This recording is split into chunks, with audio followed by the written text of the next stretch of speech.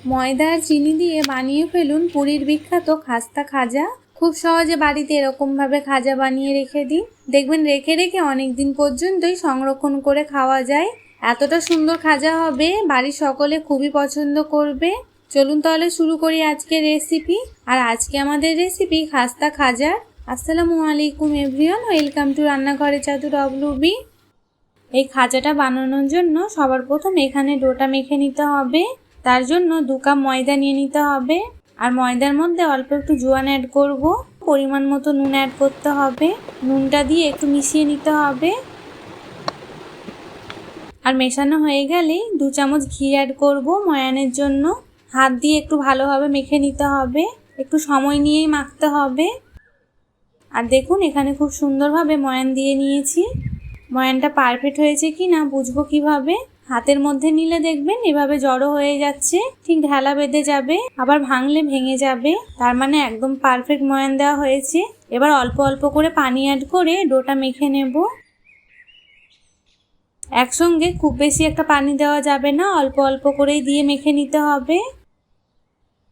ডোটা কিন্তু খুব বেশি নরমও হবে না, শক্ত হবে না, ঠিক এভাবে মেখে নিতে হবে। এবার আমি ঢাকা দিয়ে সাইডে রেখে দেব। ততক্ষণ এদিকে একটা চিনির সিরা রেডি করে নেব। আর এই সিরাটা তৈরি করার জন্য সবার প্রথমে 1 কাপ চিনি নিয়ে নিতে হবে। আর ওই সেম কাপে সমপরিমাণ পানিটাও অ্যাড করব। 2-3টে এলাচ মুখ ফাটিয়ে দিয়ে দিলাম ফ্লেভারের জন্য। এবার গ্যাসের ফ্লেমটা অন করে নেড়ে চেড়ে চিনিটা গলিয়ে নিতে হবে।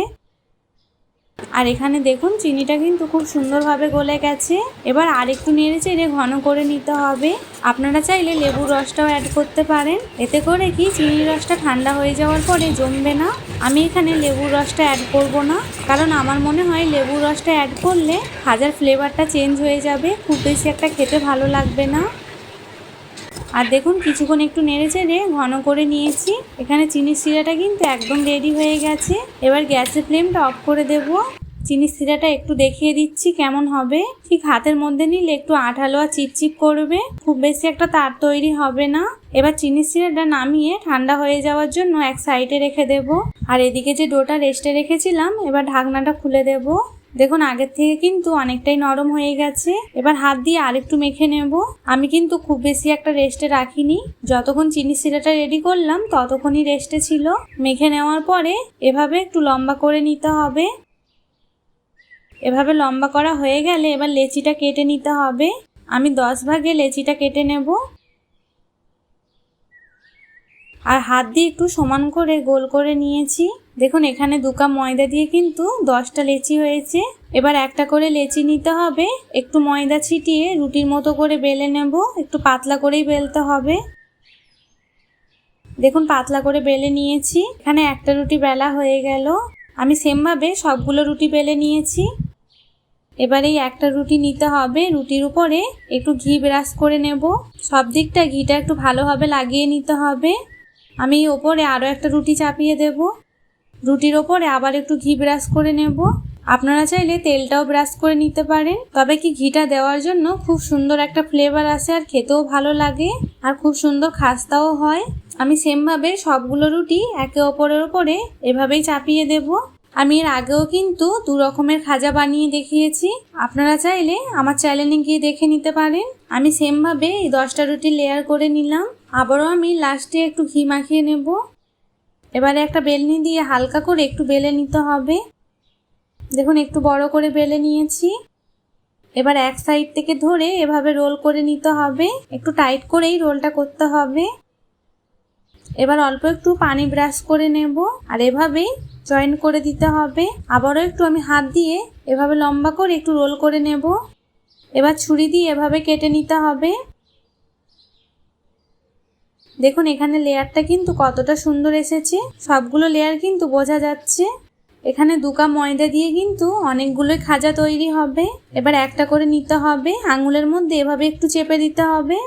আর একটা বেলনি দিয়ে আলতো হাতে এভাবে একটু বেলে নিতে হবে। আমি এই খাজাগুলো একটু চাপটা চাপটা বড় সাইজের করছি। আমি এর আগে কিন্তু মিনি খাজার রেসিপিটাও দিয়ে রেখেছি চ্যানেলে। সেমভাবে সবগুলো খাজাই আমি বেলে নিয়েছি। দেখুন এবার ভাজতে চলে যাব। তার জন্য একটা কড়াইয়ের মধ্যে পরিমাণ মতো তেল দিয়ে দিতে হবে।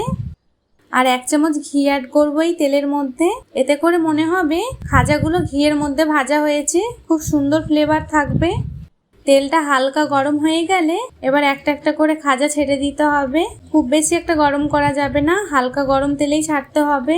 আর আঁচটা মিডিয়ামে রাখতে হবে, খুব বেশি লোতেও রাখা যাবে না আর হাই আঁচেও রাখা যাবে না, লো আর হাই আঁচের মাঝামাঝি রাখতে হবে। দেখুন খাজাগুলো কিন্তু ফুলে ভেসে উঠেছে আর লেয়ারগুলো কিন্তু আস্তে আস্তে দেখুন ছাড়ছে। এই স্টেজে আঁচটা কিন্তু একটু কমিয়ে দিতে হবে, তাহলে কি খাজাগুলো খুবই মচমচে আর খাস্তা হবে। দেখুন আমি উল্টে পাল্টে একটু ভেজে নিয়েছি। এরকম সুন্দর একটা কালার চলে এলে তেল ঝরিয়ে তুলে নিতে হবে।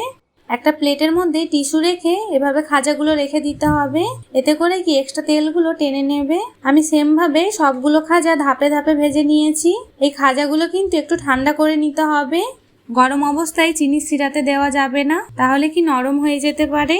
এখানে কিন্তু খাজাগুলো খুব সুন্দরভাবে ঠান্ডা হয়ে গেছে।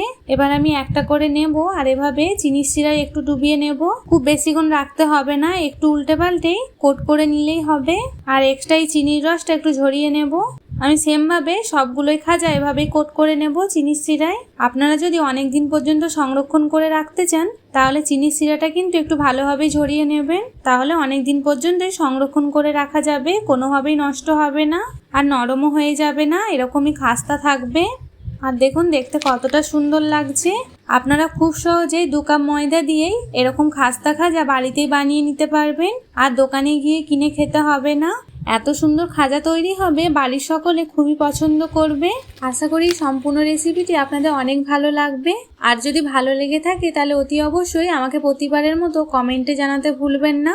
আর এরকম নিত্য নতুন রেসিপি দেখতে চাইলে চ্যানেলটি সাবস্ক্রাইব করে পাশে থাকবেন। ফ্রেন্ডস অ্যান্ড ফ্যামিলির সঙ্গে শেয়ার করতে ভুলবেন না। দেখা হবে পরের কোনো রেসিপিতে, ততক্ষণ সবাই ভালো থাকবেন, সুস্থ থাকবেন। আল্লাহ হাফিজ।